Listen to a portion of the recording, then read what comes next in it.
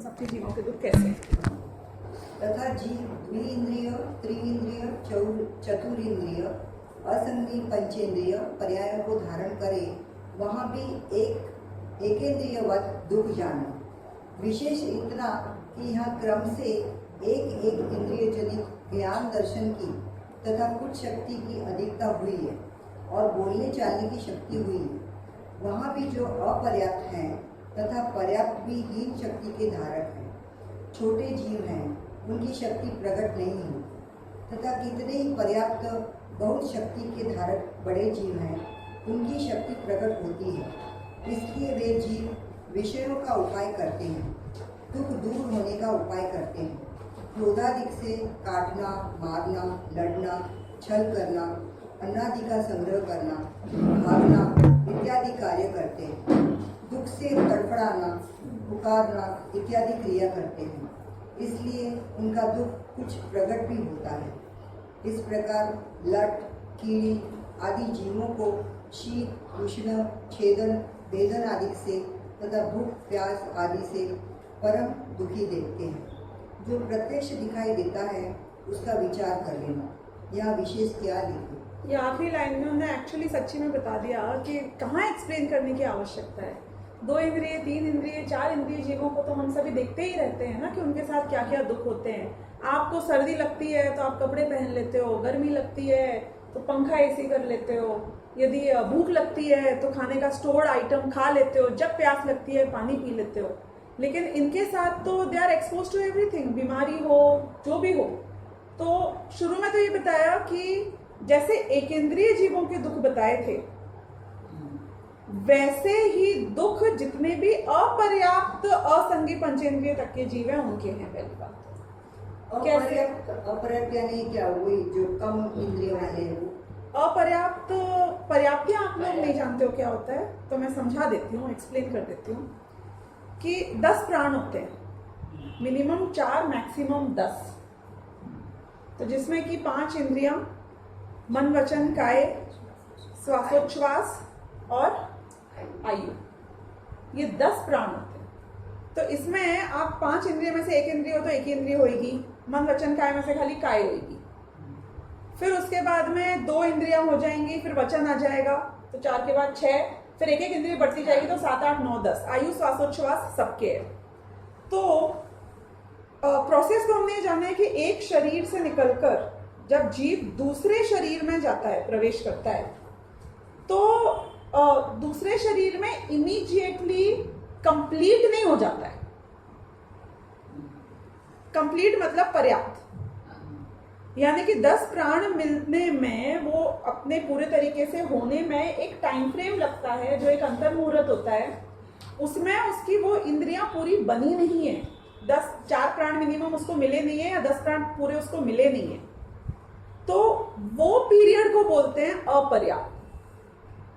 उसमें भी 2 होते हैं, एक होते हैं लब्धि अपर्याप्त, एक होते हैं निवृत्ति अपर्याप्त। जिसका यदि मैं आपको मोटा मोटी एग्जाम्पल दूं तो जैसे कि माँ के कोख में बच्चा आता है, तो क्या जैसे ही वो जीव आपके पेट में उत्पन्न हुआ, आपको पता चला, समझो अभी मैं आपके पता चलने की बात कर रही हूँ क्योंकि you don't know before that, तो क्या उसके आंख, नाक, कान, हाथ, मुंह, पैर, हार्ट, किडनी, लंग्स सब बन जाते हैं? 5 इंद्रियां काम करने लग जाती है इमीडिएटली? उसको टाइम लगता है फॉर्म होने में। तो ऐसे अंतर मुहूर्त हर गति में कहीं भी कोई नई पर्याय में जाने के बाद उस आत्मा को उस पर्याय में कंप्लीट होने में टाइम लगता है। तो पर्याप्त मतलब कंप्लीट, वो जितने प्राण उसको उस पर्याय में मिलने वाले हैं वो मिल जाए। तो जो लब्धि अपर्याप्त होते हैं वो उस पर्याय में जाते हैं, लेकिन कंप्लीट प्राण हुए बिना, यानी पर्याप्त हुए पहले ही मर जाते हैं, यानी कि वहां से उनकी आत्मा निकल जाती है। तो अब लब्धि अपर्याप्त इज एज गुड एज एक इंद्रिय। वो यहां पे ये कह रहे हैं कि उसके दुख, उसकी तकलीफ, उसकी परेशानी, उसका एक्सपीरियंस, उसका वेदन एक इंद्रिय समान ही है। क्यों? कि तुम संगी पंचेंद्रिय पर्याय में भी आए और अंतर मुहूर्त के पहले वहां से आकर निकल गए, तो उस मिलने का क्या फायदा हुआ तुम्हें?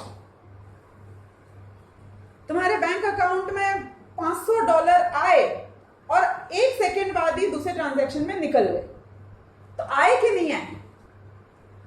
एज गुड एज नहीं है। आपको पर्याय मिली कि नहीं मिली? कि एज गुड एज नहीं मिली। और जितने पीरियड रहा उसमें वेदन किसका किया? कि एक इंद्रिय समान ही दुख का वेदन किया। भले संगी पंचेंद्रिय भी लब्धि अपर्याप्तक हो, उसके दुख एक इंद्रिय के समान ही जानना, ये बात यहां पे लिखी है। फिर जो निवृत्ति अपर्याप्तक होते हैं वो होते हैं कि वो उस पर्याय में आ तो जाते हैं और अंतर्मुहूर्त का काल तक अपर्याप्त रहते हैं और अंतर्मुहूर्त के बाद पर्याप्त हो जाते हैं। यानी उनकी सब इंद्रियां उतने में हो जाती है एक अंतर्मुहूर्त। एक अंतर्मुहूर्त में जो 10 प्राण हैं, अगर संगी पंचेंद्रिय है तो उसके पूरे हो जाते हैं। पूरे हो जाते बिल्कुल हो जाते हैं, बिल्कुल हो जाते हैं। इवन देव गति और नरक गति में भी जाने के बाद आप इमीडिएटली पैदा नहीं हो जाते। अंतर्मुहूर्त है, वो कौन सा वाला अंतर्मुहूर्त है वो वेरी कर सकता है कि 48 मिनट के अंदर वाला सब कुछ अंतर्मुहूर्त है। तो कौन सा अंतर्मुहूर्त है, that is not what we are specifying, but it is अंतर्मुहूर्त इन ऑल द 4 गतिज। ठीक है, तो अब ये विकलत रह के एक तो इन्हें ये बात बताई कि वैसे हैं, दूसरे जितने छोटे जीव होते हैं उतनी इनसिक्योरिटी में जीते हैं, उतने दुख में जीते हैं, और जितने बड़े बड़े जीव हो जाते हैं, जितने पावरफुल हो जाते हैं, उनको थोड़ी बहुत अनुकूलता नजर आती भी है, क्योंकि थोड़ी मायाचारी का या कुछ ना कुछ उनका जो भी वेदन हो रहा है, फीलिंग्स हो रही है, वो भी नजर आती हैं। But then you know how miserable they are anyways. तो ये यहाँ पे बताया गया है। फिर इस प्रकार द्विंद्रियादिक जीवों को भी महादुखी ही जानना। अब है संगी पंचेंद्रिय जीवों के दुख। इसमें सबसे पहले नरक गति के दुख। नरक गति के दुख कौन है जो नहीं जानता है? यहाँ बैठा हुआ कोई व्यक्ति है जो नहीं जानता है, कभी सुन नहीं रखा हो उसके बारे में, कोई अंदाजा नहीं हो। क्योंकि मैं पिष्ट पेशन नहीं करना चाहूंगी। पिष्ट पेशन यानी कि पिसी हुई चीज को वापस पीसना। क्या आप जानते हो तो मैं क्यों बताऊं, क्यों वापस डराऊं? और यदि नहीं जानते हो तो मैं थोड़ी खुलासा कर दूंगा। हाँ, I can move on. Everybody may not be knowing about detail. हम लोग ने 6 डाला किया था, इसे पता है, but not everybody will know. तो पीपल ऑन द बिहाइंड जो मुझे देख नहीं रहे, इधर उधर नजरे हैं, वो लोग बता दे। But we understand कि it's something. हाँ, You know the outer lining of that. ठीक है, मैं आपको रीड आप इसमें से कर लेना, लेकिन समझा देती हूँ एग्जैक्टली कैसा होता है। एक्सपीरियंस करने की कोशिश करना तो समझ में आएगा कि जो हम जिस नरक से नहीं घबरा के सारे कार्य नरक जाने के कर रहे हैं, उस नरक में हमें क्या मिलने वाला है। पहली बात कि नारकी आत्महत्या नहीं कर सकता। ये बात मैं आपको इसलिए बता रही हूं क्योंकि यदि इस पर्याय से आप बहुत त्रस्त हो जाओ, दुखी हो जाओ, परेशान हो जाओ, यहाँ पे आपको लगे कि अब ये जीवन जीने लायक नहीं बचा है, तो at least you have one option, and that option is take away your life, quit everything, जो ब्लू व्हेल वाले भी करते हैं। आपको पता है उनका कॉन्सेप्ट क्या है? सुना उस बारे में, कुछ पढ़ा इधर उधर? Did you here about that? Blue whale के बारे में पढ़ा है। हाँ, ब्लू व्हेल के बारे में पढ़ा है कि leads you to suicide. but what they do that leads you to suicide, you know that? Challenges, they give you different challenges every But time. what do they do in those challenges that, you know, जो हम एकत्व बुद्धि करके शरीर से अपना अस्तित्व समझते हैं, we love life so much, और उस आदमी को ऐसा मजबूर कर दे कि जाके तुम अपनी जान दे दो, वो भी कष्टप्रद ढंग से। ऐसा क्या करते हैं वो? मतलब ये तो जिहादी से भी ऊपर हो गया, isn't it? क्योंकि जिहादी वाले फिर भी कुछ एक पर्पस तो देते हैं लाइफ के लिए, कि तुम्हें बाद में जन्नत मिलेगी, कि तुम भगवान के लिए, अल्लाह व्हाटएवर के लिए कर रहे हो, कि तुम्हारा ये काफिर है, मतलब they at least have something to go by, some faith, something at least. तुम ब्लू व्हेल में कर क्या रहे हो? As in what for? Why are people dying? To get what? एक सैनिक मरता है यदि बॉर्डर पे जाके तो समझ में आता है क्यों? क्योंकि वो सोचता है कि मेरा नाम अमर रहेगा, मेरी भारत माता या मेरा जो भी देश है, मैं उसकी सुरक्षा कर रहा हूं। अपनी जान देने के पीछे कोई लक्ष्य तो है उनका। इन बच्चों के पास या जो अपनी जीवन देते हैं उनके पास लक्ष्य क्या है? What is motivating them?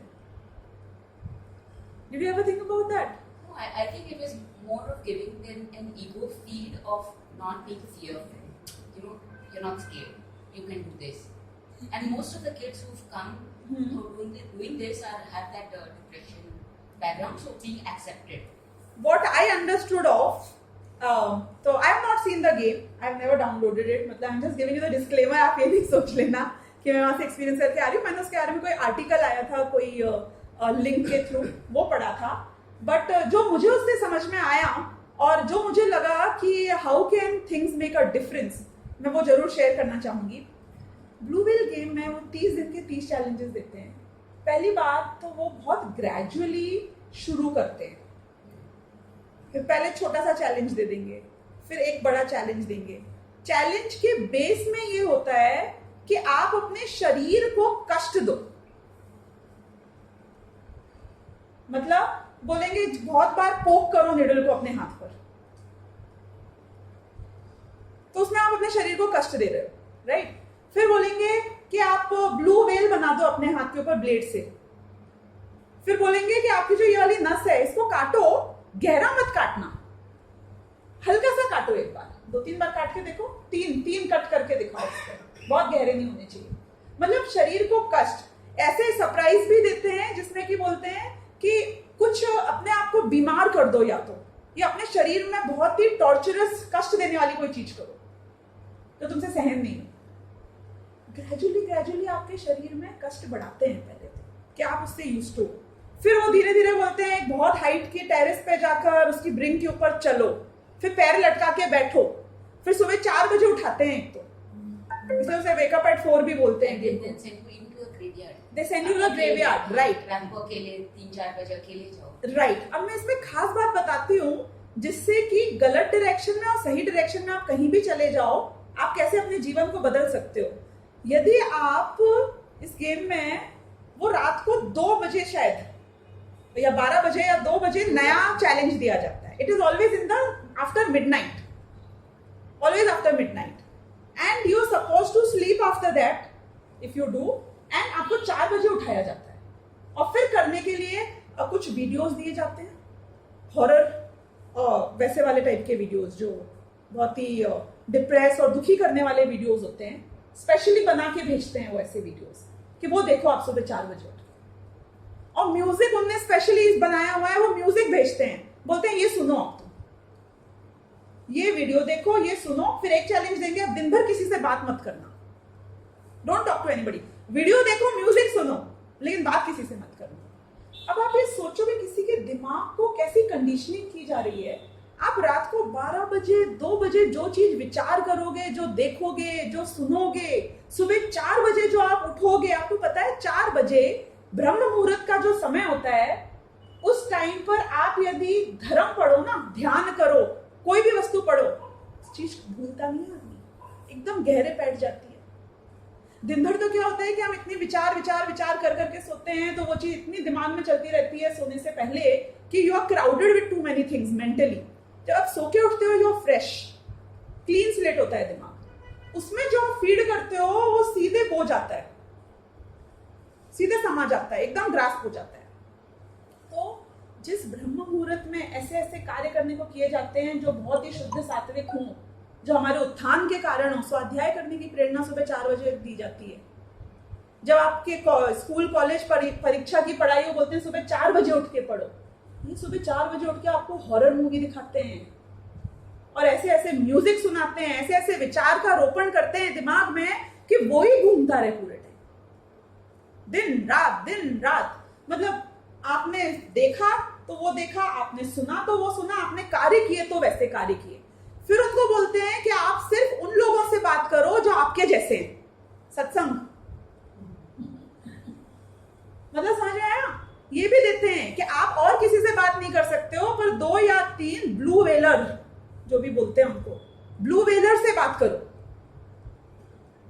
क्यों? क्योंकि जैसी विचारधारा तुम्हारी कर दी है हमने कुंठित, वैसे ही कुंठित विचारधारा वाले लोगों से बात करोगे तो तुम बराबर ही पे रहोगे, वरना तुम्हारा ब्रेन वॉश हो जाएगा. तो वैसी ही संगति कराते हैं, उन्हीं से बात कराते हैं, उन्हीं से चैट कराते हैं, उन्हीं के बीच में दिखाते हैं, उन्हीं के बीच एक फैमिली बना देते हैं. और फिर उसके बाद में यदि कोई नहीं समझता है, थोड़ा डिविएट हो रहा होता है, तो उनको धमकियां देते हैं कि जो तुम्हें बोला है चैलेंज तुमने नहीं किया तो हम तुम्हारी माँ को मार देंगे, हम तुम्हारे पिताजी को मार देंगे, हम तुम्हारे परिवार को मार देंगे, तुमको तो मारेंगे ही। तुम खुद मर जाओ या फिर हम तुम्हारे पूरे सब बर्बाद कर देंगे। एंड हम कर सकते हैं, हमारी पहुंच सब जगह है। उनके मैसेजेस, उनके कॉल भी आते हैं उनके, मतलब हर रूप से इंश्योर करते हैं कि आप उससे हिल के कहीं नहीं जाओ। अंत में वो अपने शरीर के कष्ट से, जो अपने आप को उसने इतना इतना किया है ना, दर्द तो होगा ना, हर जगह पे तोड़ेगा, अपना हाथ तोड़ेगा, पैर तोड़ेगा, जो भी करेगा, तो एक तो इतना कष्ट दे के उसको इतना मेंटली डिप्रेस करके, वो वीडियोस दिखा के, वो म्यूजिक सुना सुना के, उन लोगों से बात करा करा के, फिर धमकियां दे दे के, वो सोचता है कि खत्म करो इस सबको, दी एंड, लास्ट है, जाओ पूछ जाओ, काम खत्म। किसके लिए, क्यों, कैसे, वो खुद भी नहीं जानता है क्यों कर रहा है। उसको ये लगता है कि बस अब मैं परेशान हो गया हूं, मेरे को ना ये कॉल चाहिए, ना ये व्हाट्सएप चाहिए, ना उनसे बात करना है, ना इन लोगों से बात करनी है, और दर्द अलग अपने शरीर को वैसे ही आधा अधूरा कर दिया है, इसलिए वो इस सबसे छूट जाना चाहता है। अब मुझे तो ये बताना है कि ऐसा आदमी जो यहां से छूट जाता है, वो जब नरक जाता है, तो वहां नरक जाके मिनिमम 10,000 साल की आयु है और मैक्सिमम 33 सागर की आयु है। उस इतनी बड़ी आयु में यदि वो उससे छूटना चाहे तो छूटने का प्रोविजन नहीं है। पहली बात तो ये समझ। दूसरी बात कि उनका शरीर कैसा होता है, कि उसमें कष्ट कम नहीं होते हैं, बीमारियों से भरा होता है। पहली बात तो ये समझ लें। कुरूप तो होते ही है, नपुंसक तो होते ही हैं, वहां पे मेल और फीमेल नहीं होते, लेकिन उस सबके अलावा जो ये वैक्रियक शरीर है वो बीमारियों से भरा हुआ होता है। स्वस्थ नहीं होता है कि वह मैजिकल बॉडी है, पारे की तरह पिघल जाएगी फिर जुड़ जाएगी, तो आई एम तो kind of very strong, right, मुझे कुछ होने वाला नहीं है, काट दोगे मार दोगे तो मैं वापस जुड़ जाऊंगा। लेकिन जब काटेगा, जब मारेगा, तो दर्द होगा, बीमारियां हैं, कोड लगा हुआ कुरूप शरीर, सारी दांत, खाज, खुजली, अंदर से सांस की, बाहर से इसकी उसकी, कोई ना कोई बीमारियां लगातार कॉन्स्टेंटली हैं। ऐसा तो शरीर मिला। ऐसा कहते हैं कि जैसे ही ये पैदा होता है ना नरक में, तो जो इसकी उत्पाद शैया होती है, जैसे उत्पाद शैया होती है ना जहाँ पे पैदा होते हैं, वहां पे तो माँ की तरह they are not mammals, right, कि माँ बच्चे को जनेगी जैसे कि मनुष्य या संघी पंचेंद्रिय तिर्यंचों में होता है। वहां पे उत्पाद शैया होती है, उस शैया के ऊपर शरीर प्रकट हो जाता है। तो वहां पर अभी जो नरकों की होती है उनमें बिल होते हैं, उसमें ये जैसे ही होता है, पर्याप्ति जैसे ही पूरी करता है, वैसे ही जमीन पे गिरता है औंधे ही, और जमीन में ऐसा करंट होता है जैसे 1000 बिच्छू एक साथ किसी को डस रहे हो, तो जैसे ही छूता है तो फुटबॉल की तरह उछलता है, फिर छूता है, फिर उछलता है, फिर ढंग ढंग ढंग ढंग ढंग सेटल हो जाता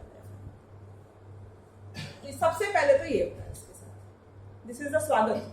जैसे ही पैदा होता है सारे आ जाते हैं हमला करने के लिए, नया आया आदमी, रैगिंग, तो उनके शरीर के ही हथियार बनते हैं, और वही अब वहां पे मारा पीटी, एक दूसरे को घानी में पेलना, जितनी जितनी बुरी चीजें 3rd डिग्रियां हो सकती हैं सबको गिन लेना, काटना, छानना, पीसना, किसना, मतलब they do all what they can with each other. तो वहां पे दुख जो है वो, आपको क्या चाहते हो, भूख लगती है कि नहीं लगती है वैक्रियक शरीर में, कि लगती है, हमेशा भूखी लगती है, ऐसी लगती है कि 3 लोग को नाच खाए, 3 लोग का नाच खा ले, ऐसी भूख लगती है, लेकिन एक कण नहीं मिलता है। मिट्टी मिलती है सिर्फ खाने के लिए, वो मिट्टी ऐसी कि उसकी बदबू, कहते हैं कि यदि एक कण वहां का यहाँ आ जाए ना, अपने यहाँ मध्य लोक में, मनुष्य गति में यहाँ कहीं, तो हजारों कोसों के जीव तो उसकी बात से मर जाएं, मर जाएं। इतनी बदबूदार मिट्टी वो ही खा सकते हो खानी।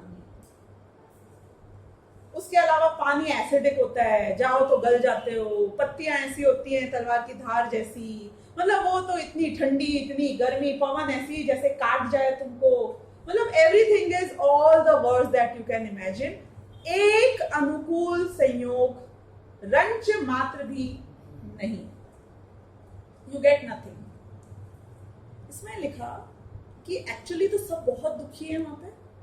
यदि वो सब एक बार एक दूसरे का दुख समझकर एक दूसरे से हमदर्दी करके कषाय नहीं करें तो थोड़ी शांति मिल तो जाए उनको, लेकिन कषाय ऐसी तीव्र होती है एकदम, मतलब कृष्णादि लेश्याएं यानी कि कृष्ण नील कापोत यही लेश्याएं होती हैं कि वो तीव्रता में क्रोध की और मान की उनको कुछ सुहाता ही नहीं है। मतलब कोई उसको पास आ जाए ना तो वो उसको मार डाले, बस यही दिमाग चलता है, शांति नहीं है। खास बात यह है कि कोई किसी का बिगाड़ क्या पाता है अपने क्रोध के कारण। ये बहुत अच्छी बात है जो मुझे यहां से करना है। क्या कि एक नारकी को कितना ही क्रोध आ जाए और वो जितना जो कुछ कर सके वो करे सामने वाले नारकियों के ऊपर, उनका क्या बिगाड़ लेगा मुझे बता। जान तो ले नहीं सकता और ले ले तो वो बहुत खुश हो इनफैक्ट, क्योंकि सब वहां से छूटना चाहते हैं। एकमात्र अशुभ आयु कर्म सिर्फ नरक आयु है। 4 आयु कर्म होते हैं, मनुष्य आयु, तिर्यंच आयु, देव आयु और नरक आयु। इसमें अशुभ आयु सिर्फ नरक आयु है। तिर्यंच आयु भी अशुभ नहीं है। क्यों शुभ है? क्योंकि हर तिर्यंची जीव जीना चाहता है। At any cost they want to save their life. कितने कुरूप हो, कितने बीमार हो, कैसे ही शरीर हो, कितनी ही प्रतिकूलता हो, they want to live at any cost. कम से कम जीना तो चाहते हैं। एकमात्र नारकी है जो अशुभ आयु है, नारकी जीना ही नहीं चाहता। From the moment he takes birth there he wants to die. लेकिन वो क्या कर सकता है? कुछ नहीं कर सकता। मर नहीं सकता है, मार नहीं सकता है। मुझे ये बताओ कि उनके क्रोध का फायदा क्या हो? ये बात नारकी को नहीं पता है कि मैं कितना ही क्रोध कर लूं, कितना ही इसको मार लूं, घानी में पेल लूं, ये मरेगा नहीं। तो तुमने जो क्रोध किया वो वेस्ट है कि नहीं है? मुझे बताओ। नहीं आई बात ख्याल में? एज अ नारकी आपने जो भी क्रोध किया, जो भी हिंसा करी, जो भी मारा कूटा दूसरे को, उसका रिजल्ट क्या निकला? नहीं, वो जानता है वेस्ट है, मतलब nothing is going to happen, but कषाय की तीव्रता इतनी कि ही कांट कंट्रोल। यानी कि जानते हुए कि मैं जो कर रहा हूं उससे किसी का कुछ होने ही वाला नहीं है, फिर भी ये तो मारे जा रहा है उसको, और खुद दुखी हो रहा है अपनी कषाय में जल जल के। अब मुझे एक बात और बताना, हम मनुष्यों में भी हम किसी का क्या अच्छा या बुरा कर सकते हैं? कितनी कोशिश कर लो आप किसी को मारने की, किसी को बचाने की, किसी को तड़पाने की, किसी को खुश करने की, सच्ची में देखा जाए उसके पुण्य पाप का उदय जो हो सो हो तो नहीं हो, लेकिन तुम कितनी कोशिश करते हो तो तुम उसका क्या बिगाड़ या सुधार कर सकते हो? कुछ नहीं कर सकते। तो फिर क्यों करते हो? वो कषाय करके कौन सा खुश हो लेते हो कि जैसे तुम करते हो वैसे वो करता है? हमने भी तो बता दिया, हमें यहाँ भगवान महावीर ने बता दिया अपनी दिव्य ध्वनि में कि तेरे करने से कुछ नहीं होता है, फिर भी तू पहुंच जाता है वहीं पे अपना डंडा लेके, फिर पहुंच जाता है अपने पैसे लेकर, अपनी सेवा लेकर। मैंने बहुत भला कर दिया इन जीवों का, तो मेरे बिना तो मर जाते हैं ये लोग, आपको पता नहीं है। आई डोनेटेड सो मच, मैंने अस्पताल खुलवा लिया है, मैंने चैरिटेबल हाउस खुला लिया है, आप नहीं जानते हैं। पानी मैंने पिलाया और ना तो प्यासे मर रहे थे वो लोग। तूने कर दिया सबका भला है। मेरे से पंगा लेके कोई रह के तो दिखाए, तू भी गाड़ लेगा लोगों का। बता दिया भगवान महावीर ने कि तू करे कुछ नहीं हो सकता है, फिर भी अपनी कषाय में जलता रहता है ना पूरे टाइम। मैं ये कर दूं, मैं वो कर दूं, इधर कर दूं, उधर कर दूं, ऐसा क्यों नहीं हो रहा है, वैसा क्यों हो रहा है? ऐसे ही तुम्हारी जो भी लेश्या है उसके लेवल पर तुम दुख भोग रहे हो। नारकी जीव की तीव्र कषाय चलती रहती है वहां पे, और जानता है, दिखता है कि इसको कुछ नहीं हो रहा है, और वो सामने वाले को एक मारता है, पिछले 3 उसको मारते हैं, लेकिन इसी काम में लगा रहता है, रुकता नहीं है इससे। से ये नारकी जीव अपनी कषाय के कारण दुखी है। संयोगों के कारण दुखी नहीं है, संयोग तो बाय द वे हैं। अपनी कषायों के कारण से ये सारे नारकी दुखी है। और हम भी यदि नरक पहुंच जाएंगे तो पहुंचेंगे, मोक्ष नहीं गए तो पहुंचना ही पड़ेगा ना, साइकिल तो पूरी होएगी ना हमारी भी। तो हर सबको उधर पहुंचना ही पड़ेगा ना साइकिल में। जो ऊपर आएगा साइकिल का एक तार, वो नीचे भी जाएगा ही ना। टायर से निकल गया तो अलग बात है, टायर में रहोगे तो साइकिल में रहना पड़ेगा। पंच परावर्तन पूरे होते हैं ना, द्रव्य, क्षेत्र, काल, भव और भाव। भव परावर्तन में पता है क्या होता है? भव परावर्तन में सुना है, मैंने बताया था यहाँ पे पहले क्या होता है कि जिस आयु के जितने समय हैं उतनी बार उस आयु को भोगता है। मतलब 10,000 साल की पहले नरक की आयु मिली है, तो 10,000 साल में जितने समय है उतनी बार जब वो पहले नरक में 10,000 की आयु लेके पैदा होता है तब एक भव परावर्तन होता है? नहीं, ऐसे एक एक समय बढ़ बढ़ के सारे भवों की आयु पूरी करता है 7वें नरक तक की, तब जाके एक भव परावर्तन पूरा होता है। खाली नरक की नहीं, चारों गतियों की। सिर्फ इतना है कि देव गति में 31 सागर तक का ही लिमिट है, 33 सागर नहीं गिने जाते। क्यों? क्योंकि 31 सागर से ऊपर सम्यक दृष्टि को ही मिलते हैं, और ये संसारी जीवों के परावर्तन की बात है। छोड़ो, इतना इंपॉर्टेंट नहीं है जानना देवगति का, नरक का जानो। अभी जो बता रही हूँ बहुत दिमाग लगा रहे हैं सब लोग। मतलब नरक में इतनी बार कौन होना पड़ेगा? एक भव परावर्तन तो तभी होएगा ना पूरा। मनुष्य गति में समझो मैं 60 साल में मरने वाली हूँ, तो 60 साल में जितने समय उतनी बार मनुष्य बनूंगी, राइट? तो मेरा वो ये एक लिमिट हो गई पूरी। लेकिन नरक में तो उतनी पूरी करनी पड़ेगी उतनी बार जाके। रेशियो कितना हुआ हिसाब लगा लेना। ऐसे कितने पंच परावर्तन किए आपने?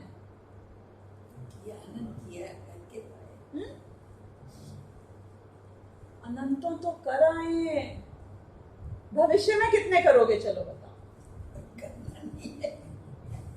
बोलने से क्या होता है?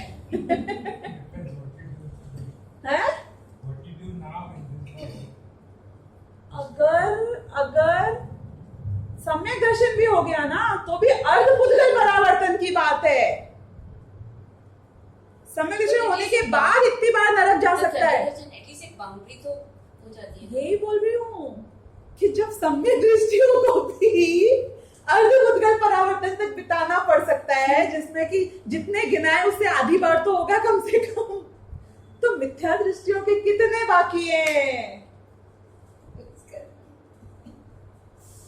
भाई केवली जानते हैं और बाकी आपका जीव भोगेगा। इसलिए बताया जा रहा है चारों गतियों के दुख के संसार, जिस संसार के भय से डरकर तीर्थंकरों ने भी चक्रवर्ती की संपदा छोड़ के मुनि धर्म अंगीकार किया। हम डरते ही नहीं हैं उस संसार से, हम फिर भी उस संसार को बढ़ाने में लगे हुए हैं। हमें लगता है वो संसार एसी के नीचे, मार्बल के ऊपर, 56 भोगों के बीच बीतेगा। ये नहीं है असली संसार जो तुम्हें मिलेगा हमेशा। ये असलियत जहां मैक्सिमम टाइम बीतेगा, ये बताने की कोशिश यहाँ पर। और बोलो क्या क्या जानना है नरक के बारे में, और बता देंगे। वहां की मट्टी कैसी, और पत्ते कैसे, और पानी कैसा, और कैसे कैसे और चीजें, एक एक चीज खोल खोल के बता देंगे। और उस नरक की पीड़ा से अधिक पीड़ा है एक इंद्रिय जीवों की, ये इसके पहले बताएं। बोले ठीक है, नारकी जीवों के ज्ञान बहुत है, क्षयोपशम बहुत है, आपसे मुझसे ज्यादा ज्ञान है, उनको पता है आपको ये बात। अवधि ज्ञानी है ना, यानी कि वो पूर्व भोग की जान सकते हैं। फ्यूचर की जितनी भी लिमिट हो पता नहीं मुझे, क्योंकि वो अवधि में लिमिट होती है ना, फ्यूचर की बहुत कम होती है, पास्ट की बहुत ज्यादा होती है। इसलिए तो उनकी कषाइयाँ भी ज्यादा होती हैं, मतलब एक दूसरे को जान के। पर वो उस ज्ञान को यूज इस काम में करते हैं। वो अवधि ज्ञान से चाहे तो दिव्य ध्वनि सुन लें, बोलो आप, अभिज्ञानी अगर चाहे तो दिव्य ध्वनि सुन सकता है कि नहीं सुन सकता है, मुझे बताओ। प्रति समय मिनिमम 20 तीर्थंकरों की दिव्य ध्वनि चल रही है ना, पास्ट में जाने की जरूरत नहीं है, प्रेजेंट में चल रही है। दिव्य ध्वनि सुन सकता है नारकी जीव चाहे तो साक्षात, आप और मैं नहीं सुन पाए, मतलब उसकी प्रिविलेज कम नहीं है। वो चाहे तो साक्षात समय दर्शन का कारण बन सकता है उसका अभिज्ञान। कैसे? कि जानता है ना पूर्व भोग में कहां था, तो ये नहीं जानता है कि शरीर में नहीं हूं, आत्मा में हूं, जो पहले किसी और पर्याय में था आज किसी और पर्याय में है। लेकिन तू जानेगा कैसे? मोह अपना तांडव नृत्य ऐसा खेल रहा है कि जानता है, और क्या जानता है कि ये मेरी मां भी जो नरक में आई है, ये मां वो ही है जिसने भले ही जान दे दी हो, इसके लिए नहीं जानेगा। इसको क्या नजर आता है कि मैं 2 साल का था और मैं रोता था और मेरी आंख को पकड़ के जैसे कील ठोक रही हो ऐसे काजल लगा देती थी, बोलो ऐसी मां होती है। अब मैं इसकी आंख फोड़ता हूं। वो मां अपनी जान दे दी अपने बच्चे के लिए, वो नहीं, अपने ज्ञान से वो जानने में इंटरेस्ट नहीं है उसको। अपने अनारकी होते हैं, ऐसे होते हैं ना, हस्बैंड वाइफ को लड़ते हुए देखो, जब एक दूसरे को सुना रहे हो पास्ट में, ब्लेम कर रहे हो एक दूसरे को, क्या क्या चीज याद करते हैं कि तुमने मुझे बर्थडे पे इतनी अच्छी गिफ्ट दी थी, ये याद करते हैं कि उस दिन भी तुमने जब मेरे को मम्मी जी कुछ बोल रही थी तो कुछ नहीं मेरा बचा किया। क्या करते हैं? नहीं, मैं ये बता रही हूँ हमारी दृष्टि कैसी होती है। जब तुम में झगड़ा होता है तो तुम क्या याद करते हो, मुझे बताओ। कि इतना अच्छा खाना बना के खिलाया था, 3 घंटे बाद काम करके सिजलर बनाया था मेरे लिए गर्मा गर्म, ये याद करते हो? कि वो मर गई हो तुम्हारे लिए आधी और अपने उसने शरीर आधा कर दिया हो, तुमको क्या याद आता है? कि उस दिन मेरा क्रेडिट कार्ड ले गई और पूरा स्वाइप करके आ गई लिमिट, तुमको तो बस वही याद है। यानी कि अवधि ज्ञान का स्वरूप समझो उनके, नारकियों के। हम अपने ज्ञान को भी उस तरीके से यूज करते हैं ना। जितने महापेसिमिस्टिक जीव हैं यहां पर, वो साक्षात नरक भोग रहे हैं। नहीं भोग रहे हैं? मैंने गलत बोला? कि तुमको तो वही दिखता है पूरे टाइम, गड़बड़ी नजर आती है। ये देश को देख लो, ये सिस्टम को देख लो, ये पॉलिटिशियंस को देख लो, ये ट्रैफिक को देख लो, ये मौसम को देख लो, ये सारे रिश्तेदारों को देख लो, तुमको सिर्फ बुराई नजर आती है। ये समाज को देख लो, मतलब तुमको हर आदमी में बुराई नजर आती है। Good practice, exactly this is what is going to happen in नरक का अवधि ज्ञान। अभी भी बुरा नजर आ रहा है तो तुमको मिलेगा, भर भर के बुरा मिलेगा। बुराइयों को ढूंढते ढूंढते थक जाओगे, इतनी बुराइयां मिलेंगी, क्योंकि तुम्हारी दृष्टि ट्रेंड है ना बुराइयां देखने के लिए। तुम तो पास से निकाल निकाल के एक चीज निकाल देते हो। ऐसा अवधि ज्ञान है। और ये कम था मानो, समझो कि ये इतनी प्रतिकूलता कम थी। क्यों? क्योंकि जो ये असुर कुमार जाति के देव होते हैं, ये होते हैं कौतूहल प्रिय। कौतूहल प्रिय यानी कि ये होते हैं बालक वृत्ति वाले, बंदर वृत्ति वाले। इनको मजा आता है जब लोग लड़ें, डरें, भड़काएं, चुगली करें। Narad is also one example, but Narad was a मनुष्य गति का जीव। We are talking as Narad भी नारकी होता है, तो we talk about the real असुर कुमार जाति के देव। और दे डू इज तीसरे नरक तक जा सकते हैं। तो उनको लगता है कि यहाँ पे कम झगड़े हो रहे हैं, तो और भड़का भड़का के याद करा के और झगड़ा करा देते हैं और छेड़ देते हैं। मतलब कमी नहीं है निमित्तों की, मैं तो ये बता रही हूँ। जैसे कि उनके खुद की शरीर की प्रतिकूलता कम थी, कि माहौल की प्रतिकूलता कम थी, कि कषाय की प्रतिकूलता कम थी, कि वो और आ जाते हैं अपना योगदान देने के लिए। पता है असुर कुमार जाति के जो देव हैं, ऐसे जो भूत, व्यंतर, पिशाच, ये सब भी जाति के देव हैं। ये तो है कौतूहल प्रिय देव, जिनको तुम पैरानॉर्मल एक्टिविटी समझ के और भूत समझ के और घोस्ट समझ के यहाँ पे डरते फिरते हो। They can do nothing। अगर तुम में ताकत है कि मैं भगवान आत्मा, तू भगवान आत्मा, इससे पहले मैं मुक जाऊंगा। ये क्या अपना टाइम वेस्ट कर रहे हो, लोगों को डरा के मजे ले रहे हो? जाओ भगवान की दिव्य ध्वनि सुनो, नहीं, वो भी तो चाहे तो क्या कर सकते हैं बताओ, उनकी भी वृत्ति देखो, क्या कर सकते हैं, उनके पास चॉइस है, दिव्य ध्वनि जाके साक्षात सुन सकते हैं, नहीं सुन सकते हैं?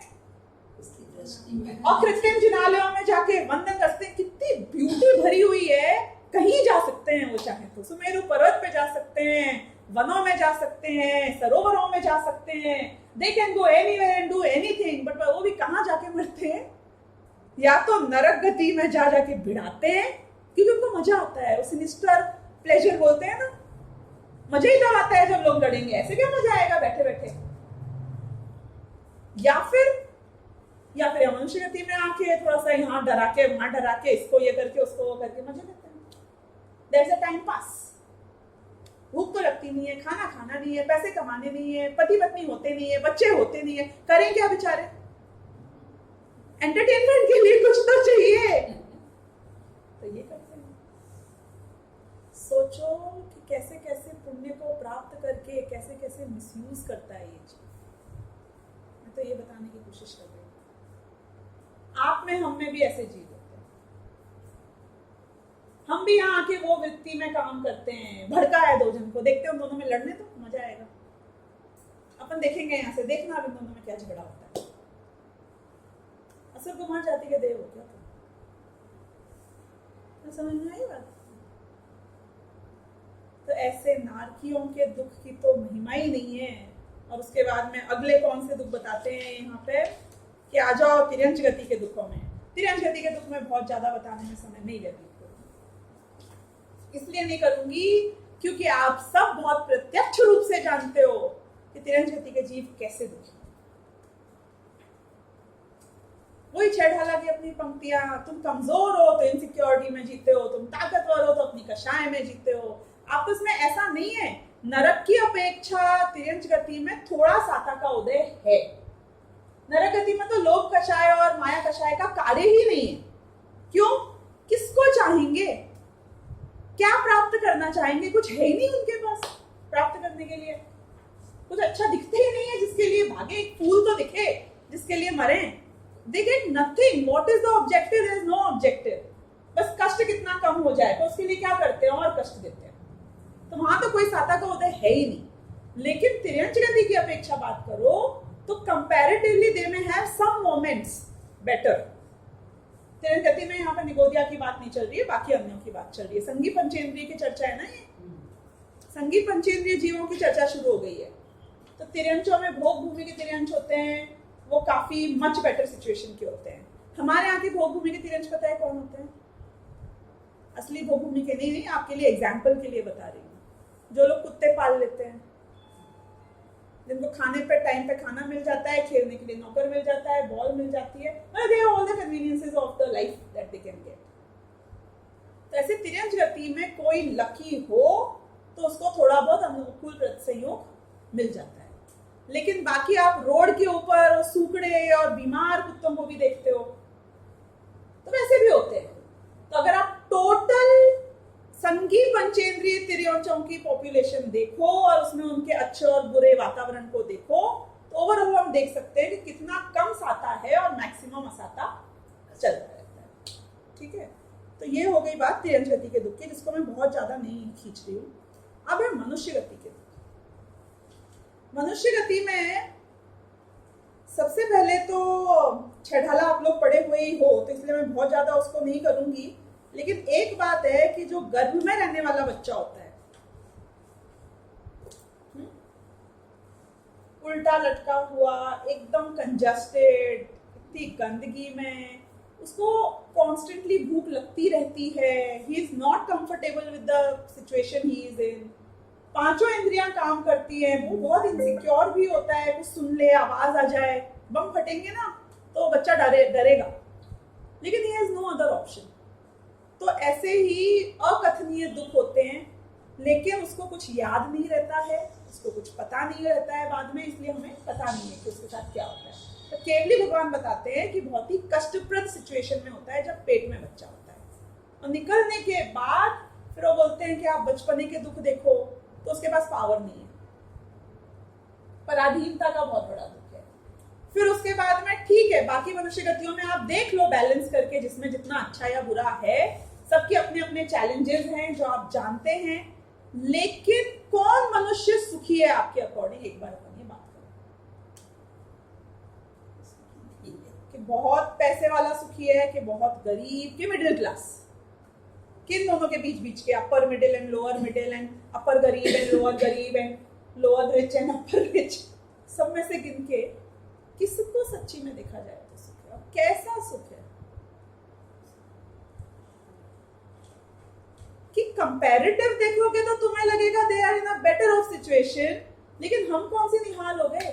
यदि आप जितने लोग यहाँ बैठे हो और आप लोग मुझसे पूछो कि सुख क्या है, और मैं कह दूं, सत्य नहीं है पर मैं कह दूं कि जो आप जिस सिचुएशन में हो, ये आप अपने सुख की पराकाष्ठा पे हो। कितने लोग मुझसे एग्री करेंगे, कितने लोग खुश हो? आप बोलो तो फ्रीज कर दें इसको, चलो। ये सब अनुकूलता है, सुख नहीं है। आपको फ्रीज कर दें अभी, आप बोलो जो अनुकूलता जो हो, जैसी हो, जिसकी हो, आज की सिचुएशन में आप लोग हो, ये फ्रीज कर देते हैं, बोलो अनंत काल के लिए। जितना अच्छा हो, जितना बुरा हो, मुझे तो पता नहीं, सब अपन एक दूसरे का चेहरा देख रहे हैं यहाँ बैठ के, अंदर की सब जानते हैं अपनी अपनी। अभी मैं बोलता हूँ आप अनंत काल के लिए फ्रीज हो जाओ। फ्रीज हो जाओ यानी कि अब हमेशा ऐसे ही रहेगा आपके साथ भविष्य में अनंत काल तक। कितने लोग इसके लिए तैयार हैं? अपना हाथ ऊपर। क्यों? क्या कमी है? कमी क्या है वो बताओ मुझे, चलो। क्यों नहीं फ्रीज करना चाहते हो? मानते हो ना कि हम कोई सुखी नहीं है, तो क्या बताएं तुम मनुष्यों को कि तुम कितने दुखी हो। हमारी वृत्ति होती है, मैं कहूंगी कि तुम बहुत खुश हो तो तुम बोलोगे आपको क्या पता हमारे अंदर क्या तकलीफ है। मैं बोलूंगी आप बहुत दुखी हो, I am much better of, I don't think I am unhappy. उल्टी उल्टी सोचने की आदत होती है। लेकिन सच देखा जाए तो तुम सुखी और दुखी जिन संयोगों के कारण हम सोच रहे हैं, उसके कारण है ही नहीं। यही समझाने के लिए उनको मनुष्य गति और देवगति के दुख समझाने पड़े। अभी हमें ये लग रहा है कि देवगति जाके शायद I be in a much better of condition, वहां जाके फ्रीज करा देना, ज्यादा ही आपको लग रही है फ्रीज करने की तो। लेकिन वहां जाने के बाद भी कौन सी परम अनाकुल निराकुल शांति मिल गई, और मिल जाती तो उसे ही मुक्ति कहते हैं ना संसार में हम। तो यानी कि ये जो दुख नजर आ रहे हैं इसको पढ़ लेना, ये बहुत इजी है, इसमें डिफिकल्ट नहीं है, समझ में आ जाएगा आपको बहुत इजीली। मनुष्य गति के दुख भी पढ़ना, देव गति के दुख भी पढ़ना, देव गति के तो मैं करूंगी इलैबोरेट। लेकिन इंपॉर्टेंट बात इसमें ये है कि जिस आदमी को, बहुत अच्छा सेंटेंस है कितने इसमें लिखा है, यहीं से पढ़ती हूँ कि हम बहुत क्या कहें। पहले बोले दुख सब प्रत्यक्ष होते दिखते हैं, बुढ़ापे के दुख सबको पता है, बीमारी के पता है, पराधीनता के पता है, हर उम्र के दुख हमको पता है। बोल रहे हैं हम बहुत क्या कहें, प्रत्यक्ष जिसे भाषित नहीं होते वह कहे हुए कैसे सुनेगा। डांट रहे हो, आपको इस लाइन का अर्थ समझ में आया क्या बोल रहे हैं? कि मैं क्या बताऊं तुमको तुम्हारे दुख, तुमको प्रत्यक्ष भाषित नहीं होते, और जिस आदमी को प्रत्यक्ष भाषित नहीं होते हैं वो हमारी क्या सुनेगा? वो तो अड़ा रहेगा कि नहीं नहीं हम तो ऐसे हैं, हम तो वैसे हैं। तो यानी कि खुद अपनी नजरों से खुद का देख लो।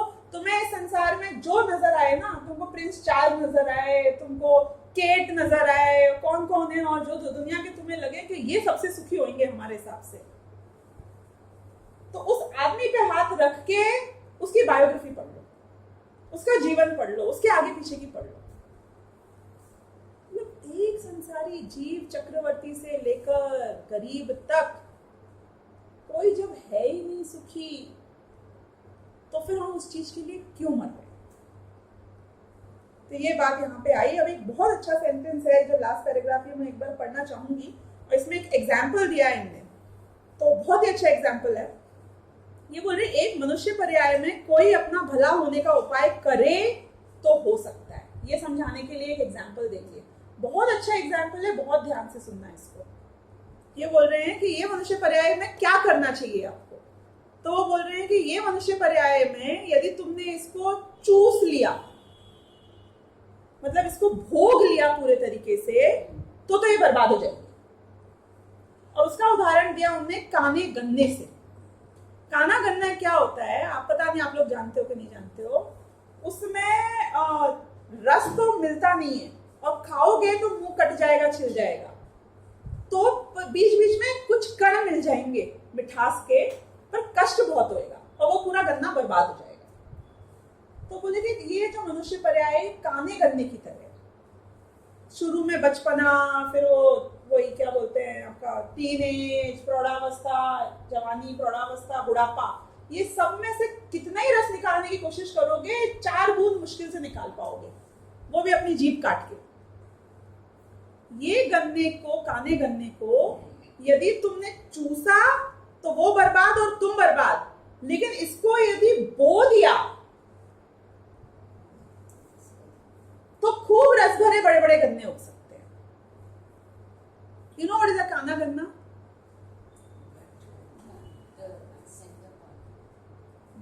वो होता है जिसमें जो उसकी सीड है, रिप्रोडक्टिव पार्ट है समझो, उसको बो दिया जाएगा तो उसमें से खूब बड़े बड़े गन्ने निकलेंगे रसीले। लेकिन उसको लालच करके तुम अगर चूसने में लग जाओगे तो मिलना तो कुछ नहीं है। नहीं, कुछ तो मिल गया, कुछ तो मिल गया। जो मिलेगा वो तेरी जीभ काट के मिलेगा और इसको बर्बाद करके। तो ऐसे वो कह रहे हैं कि ये मनुष्य पर्याय मिली, इसको कितना भोगने की कोशिश करोगे, काने गन्ने की तरह मुश्किल से थोड़ा बहुत भोग चूस पाओगे, ज्यादा नहीं मिल पाएगा तुमको। और ये मनुष्य पर्याय बर्बाद हो गई तो आगे अब रस भरे गन्ने तो तुम्हें कभी मिलने नहीं, जीभ कटेगी, उसके बाद तो नरक निगोद होएगा वापस। तो क्या करो कि ये मनुष्य पर्याय का समय यदि आत्म कल्याण में बो दोगे तो आगे जाके स्वर्गादि गति होते हुए मोक्ष की प्राप्ति इवेंचुअली होगी। तो इसलिए हमारा जो दिमाग हमें मिला है, जो ज्ञान हमें मिला है, इसको सही डायरेक्शन में यूटिलाइज करो।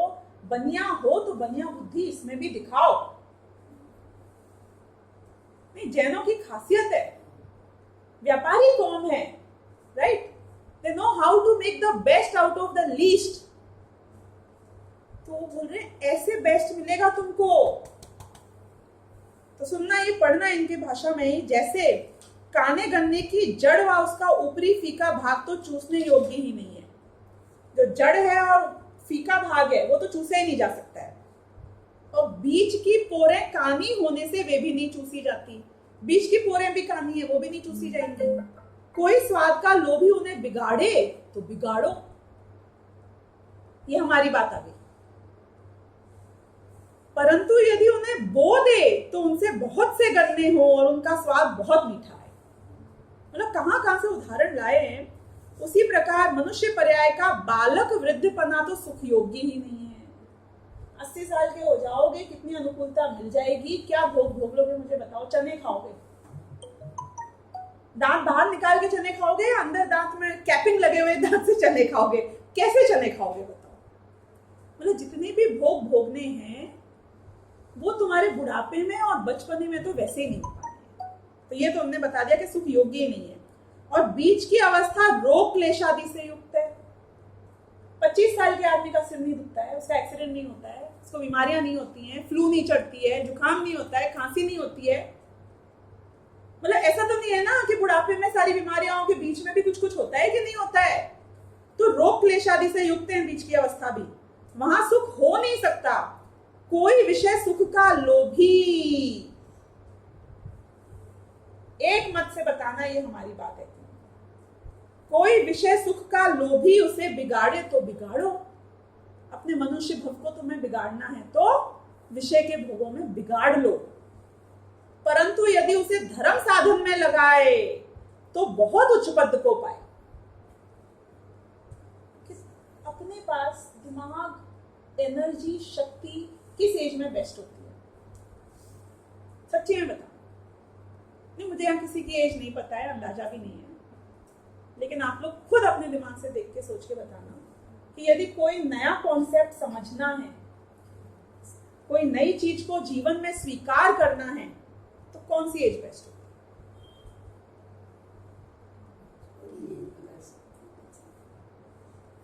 ऐसा है कि यदि किसी को कोई स्टार्टअप खोलना हो ना, नया बिजनेस डालना हो, कौन सी उम्र में डालेगा मुझे बताइए?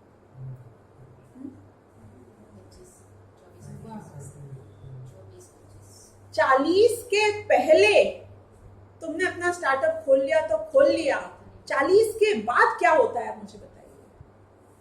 किसी भी बड़े से बड़े आदमी से बात कर लेना, सुन लेना, बहुत से बहुत सक्सेसफुल हो, बोलेगा 40 के बाद आप फ्रूट्स रीप करने के मूड में आ जाते हो,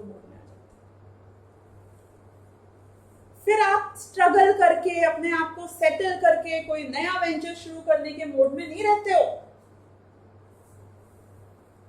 ऐसा मैं नहीं कह रही हूं, ऐसा हिंदू मुस्लिम सिख ईसाई मैनेजमेंट वाला कोई दुनिया का साइंटिस्ट से पूछ लेना जाके, ये यूनिवर्सल फैक्ट है।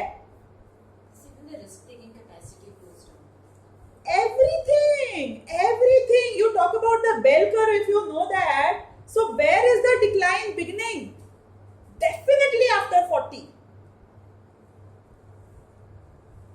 सूरज चढ़ चुका है जितना चढ़ना था। एक आदमी यदि सीनियर मैनेजर बन पाया 40 की उम्र में, सीईओ कब तक बन जाएगा? क्या लगता है आपको? What are the chances कि अब इसका कुछ नहीं होगा?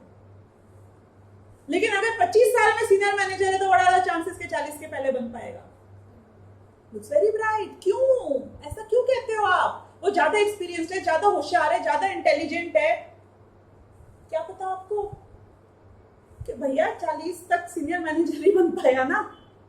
अपने सारे पीक पार्ट में इसने क्या किया कि इतना ही कर पाया, तो अब इसके बाद पहुंच जाएगा, उसको सस्टेन कर ले, वो बहुत बड़ी बात है।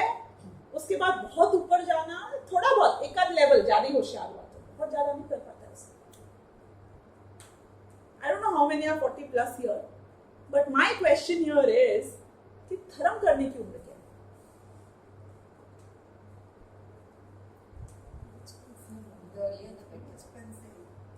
यदि मैं 15 साल के आपके बच्चे से बोलूं कि आप इसको भेजिए पढ़ने के लिए, तो आप क्या बोलोगे? अभी इसको थोड़ा कैरियर पे फोकस करने दीजिए, अभी इसकी पूरी जिंदगी पड़ी हुई है, अभी इसका टाइम वेस्ट नहीं कर सकता है, अभी इसका टाइम वेस्ट नहीं कर सकता है। 20 साल के बच्चे के बाद भेज दोगे? अभी उसको जॉब वॉब बिजनेस करने दीजिए,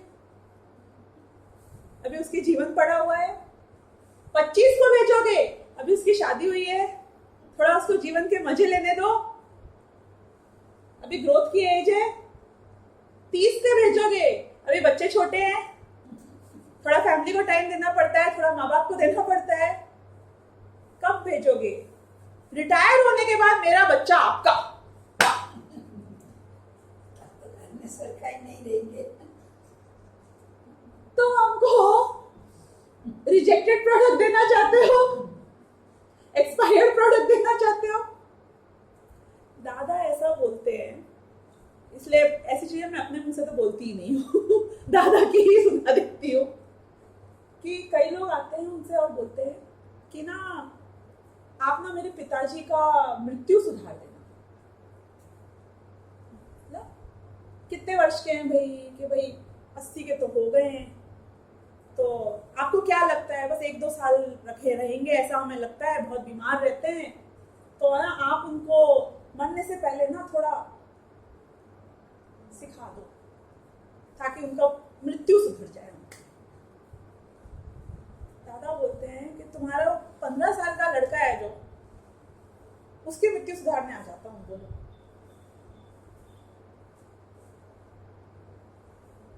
क्यों? कि उसको कुछ सुनाऊंगा, सिखाऊंगा, 100 साल जिएगा, लेकिन आज सिखाऊंगा, जिंदगी भर उसको अपनाएगा, इम्प्लीमेंट करेगा, आगे पढ़ेगा, गहराई में जाएगा, याद रखेगा। और 15 साल के लड़के को यदि मैंने 1 साल पढ़ा दिया और उसके बाद में 80वें साल में मिलूंगा, तो मेरा चेहरा देखते ही उसे याद आ जाएगा कि ये क्या बात कर रहे हैं। तुम्हारे पिताजी को सुनाई देता नहीं है, पता चलता नहीं है, याद कुछ रहता नहीं है। मैं उसको 5 मिनट में क्या सिखा दूंगा और वो क्या सीख जाएगा और कैसे सुधर जाएगा? पहले तो जज करता रहेगा मुझे देख के बता रहे हैं ऐसा है कि नहीं है, वो तो पक्की मिट्टी के घड़े हो चुके हैं, अब वो फूटेंगे, पानी को सोखेंगे नहीं। आप समझ रहे हो मेरी बात? उनके जो विचारधाराएं बननी थी, जो उनकी मान्यताएं थी, वो ऐसी कठोर हो चुकी हैं कि वो तुमको बेवकूफ समझेंगे बताने वाले।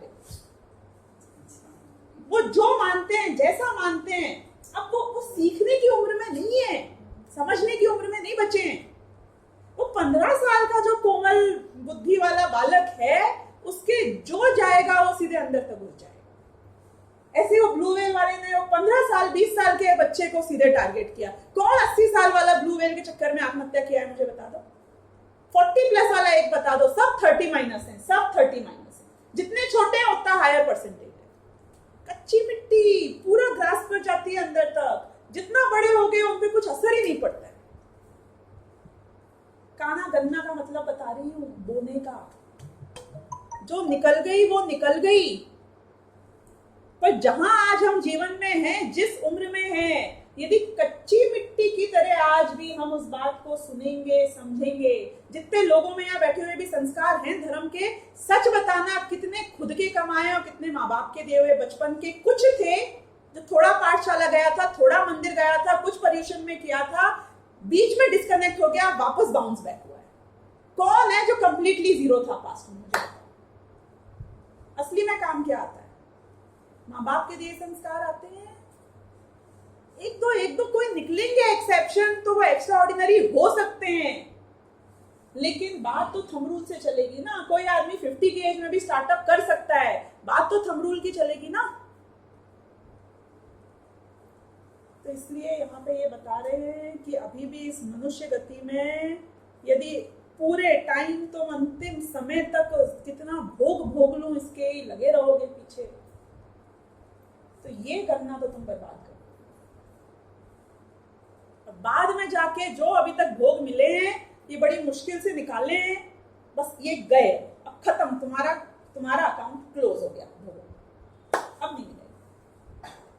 तो इसलिए विषय सुख का लोभी उसे बिगाड़े तो बिगाड़ो, परंतु यदि उसे धर्म साधन में लगाए तो बहुत उच्च पद को पाए, महासुख बहुत निराकुल पाया जाता है। इसलिए यहाँ अपना हित साधना, सुख होने के भ्रम से वृथा नहीं खून।